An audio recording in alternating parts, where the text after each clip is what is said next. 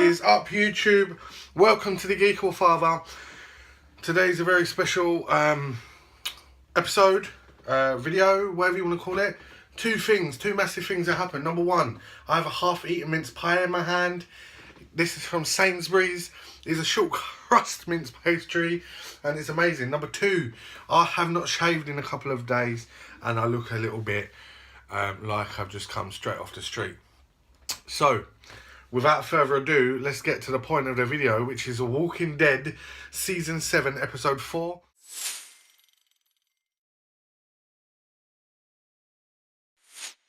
My window is open, so people can see me throwing my hands around, shouting like a loony. But Season 4, Season 7, Episode 4. Spoilers are ahead if you haven't already watched it. However, it's Tuesday evening. It aired last night. I assume some of you have jobs. Those of you who don't, or those of you who haven't caught up, no excuse. Get your ass on your sofa, sit down, relax, catch up with The Walking Dead. It's going really well. So a little catch up for the series. We'll do this every episode that I do of this. So we had episode 1. Basically showed you what Negan did to the group of Rick, Glenn, Maggie, Abraham, all those guys, Eugene. What happened there? Gruesome episode, wicked deaths, and even freeing some walkers. Episode 2, you caught up with Carol and Morgan, and you met King Ezekiel and the Kingdom. Met his wicked pet lion, which is CGI'd to hell, but it looks awesome because you ain't getting a pet. Sorry, it's a tiger, not a lion. Episode 3, you went over to the Saviour's encampment, caught up with Daryl, who's looking extremely vulnerable, and he's basically being tortured with a song, amongst other things. So we've had a look at 3 big or separate groups of guys and what's going on with them. Episode 4, we go back to Rick and gang, and we see it's the aftermath of Negan's threat and Negan's introduction. They're back in Alexandria and they're showing what's going on. So Rick is not himself. Everyone's having to move on and get on with the fact that Abraham and Glenn were killed. You don't see Maggie, but all of a sudden, out of the blue, which is pretty amazing since there's no one around. Alright, there's no one to email him saying I'm coming down. But at the same time, I would have had lookouts to give him a little heads up. But Negan and the gang arrive. They're early and they're ready to take some shit, and they take everything. He wants to see Maggie, Negan, and he's really putting his point across to the point where Rick's looking like he's going to hit him, but he knows he can't kill him, can't hit him, can't even look at him funny because Negan's just twisted fuck. Negan makes Rick hold his baseball bat through the whole episode basically, and he's walking around Alexandria. Is it Alexandria? Is that the name of the new town? Or is that the name of the old town? Details, who gives a shit? You guys might, I do, but I can't, I'd have to stop and Google the town's name. So Negan makes Rick give him a tour of the town. There's a lot of guys that weren't in the group that live in that town that are kind of like, who's this guy? I assume Rick's told them something. New Dragon Ball Z poster, yeah! Saying about what happened. But the big thing is Negan makes Rick hold Lucille and really pushes his buttons. And a few times the tone of the music changes and Rick's kind of grabbing onto the end of the baseball bat and he gives in. Every second of the episode is an opportunity for Rick to fuck Negan up. I'm going to assume that someone's eagle eye watching him, and as soon as Rick raises his hand to Negan, he'll get shot. Or Negan's got eyes in the back of his fucking head and he'll get shot. or someone else will die. And I don't think Negan would go straight after killing Rick. He'd kill that lady over there, and then he'd kill that man, and he'd work his way up. At the start of the episode, you see Michonne go. She's taken her sword off the mantelpiece. She's no longer playing games. And she goes, I've got something in my eye. That's not what she says, that's what I'm saying. She reaches up into the chimney and she takes a rifle out, then she disappears. And what she's doing is practicing firing a single shot rifle, bolt action rifle. So she waits for a walker and then takes 15 shots at the bloody thing, misses every single one of them, ends up chopping its head off. Happy days. She then kind of walks into the bushes and realises she's shot a deer instead. Well, it's a doe. Actually, factually speaking, it's a female deer, which is a doe. So that happens. Negan surmises that the guys have got a lot of guns because he took out one of their outposts with a shitload of guns, and there must be a shitload more guns. And genius, they take all their guns. The inventory's out by 2 guns. There's 2 guns missing. And he's going to kill the girl that's responsible for, the woman, sorry, that's responsible for, got to be politically correct. She's not correct, she's not a girl, she's a woman. She's responsible for keeping the books. I'm going to stop doing that because that could be quite annoying for you.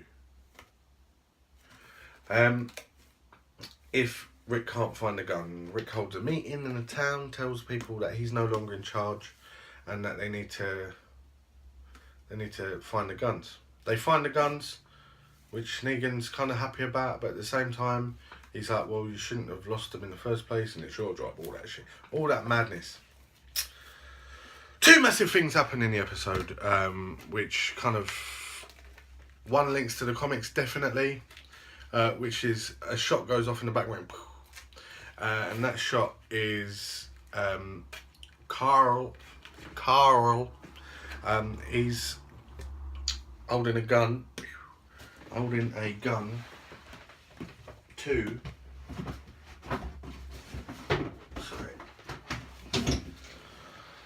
he's holding a gun because I have guns in my house. They're not real. Where's the camera? There it is. Well, better not hold that out the window. It's plastic.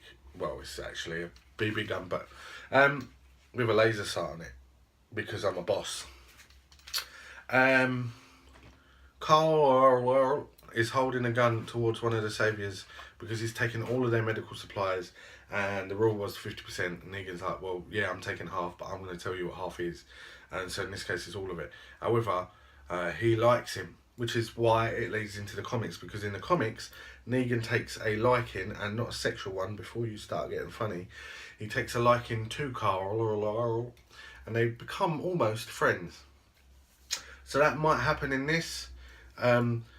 In the comics, the way Negan's story ends is good, but I really hope that in the series they change it up again a little bit, and this is what I mean. So Negan has really been pushing Rick's buttons. Not only has he killed 2 of his friends, and because they're such a small group of friends, you could say literally they're all best friends. Not only has he killed them in front of him, almost made him cut off his own son's hand, and put Rick in his place. Now, Rick was a badass, but he's put him in his place. He's now poking fun out of him, mentioning that he wanted to sleep with Maggie, basically, because widows, I'm going to say it the way it come across, they fuck better. So, yeah, I've got no experience of that. So, that's why I laugh, because I have no idea what that means.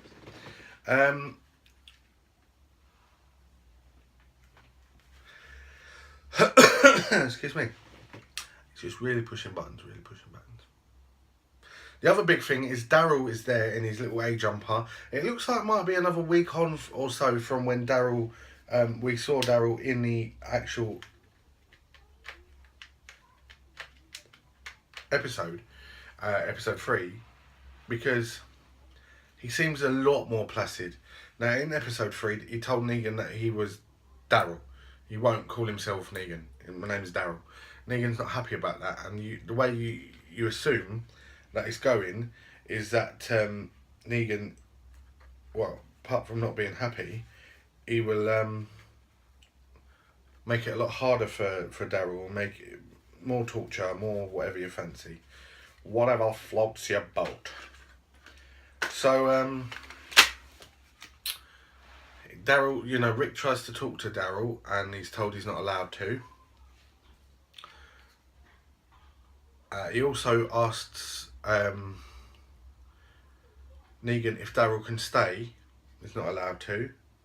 But my theory is that this is how you look crazy. It's when you talk with a gun towards your own head and you use it as part of your... It is a toy, by the way. Please don't arrest me. Use it as part of your conversation. Anyway, so my theory is that Daryl is purposely playing defeated. That's what I'm thinking. So the guys have got no guns. They've really been rubbed up the wrong way. The Saviors have taken majority of their beds, none of their food, all of their guns, possibly some other supplies and furniture and all that stuff. And they're coming back. And they want to see something interesting. Let me repeat that. I want to see something interesting. That's what Negan says. When he comes back, he wants something interesting. So these guys have now got a job to do. They've got to find something that's going to appease Negan. And appease means please, but with an A and minus the L. Appease. Yeah, so that's the episode. Towards the end, Michonne comes back with a doe on her back. She's in the little house that's just outside, and Rick talks her into giving up the last gun as a show of loyalty, if you like. So this gun wasn't on the list, but here it is. Negan's actually not too happy about that because he now thinks, well, if this gun went on the list, how many others aren't? And he also takes the dough off of the guys and he goes. Everyone's very pissed off. But this is where we see Rick switch up a little bit. Because one of the guys mentions Maggie and Abraham in a derogatory way. And he stops. And considering that a few times in the episode he's wanted to batter Negan, but thought better of it because he doesn't want anyone else to die. Including admitting that he knows his daughter isn't his, but he wants to bring up he doesn't want to lose anyone, doesn't want to lose Michonne, doesn't want to lose his son, doesn't want to lose anyone else. But we've seen Rick say that before. Now when this guy, who subsequently was the one who hid the guns and he's got a bottle of whiskey and he's got this, that and the other, he calls Rick out on it being his fault that those two have died. And Rick stops. He doesn't turn around and he doesn't get angry, he doesn't raise his voice. And he says,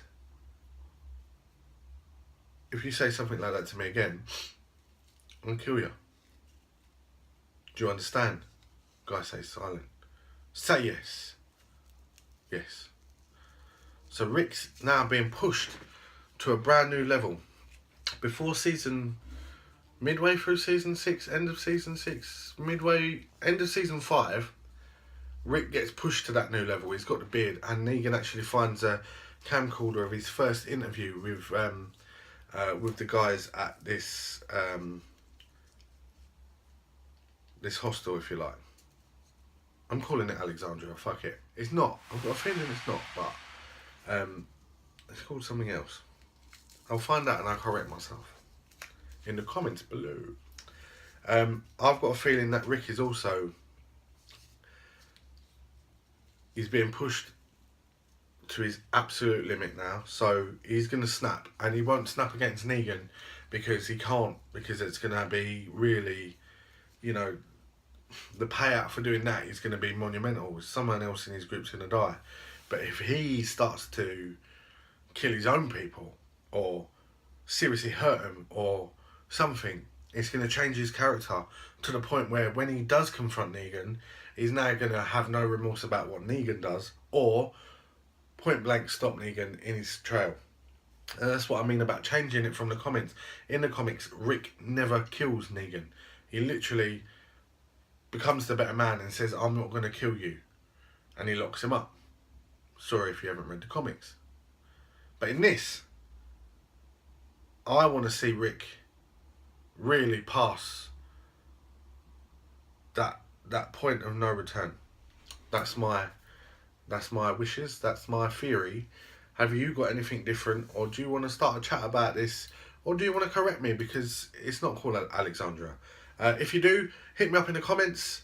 Otherwise, please like and subscribe. Continue to watch my videos. Thank you very much for watching this one. Namaste. Peace out.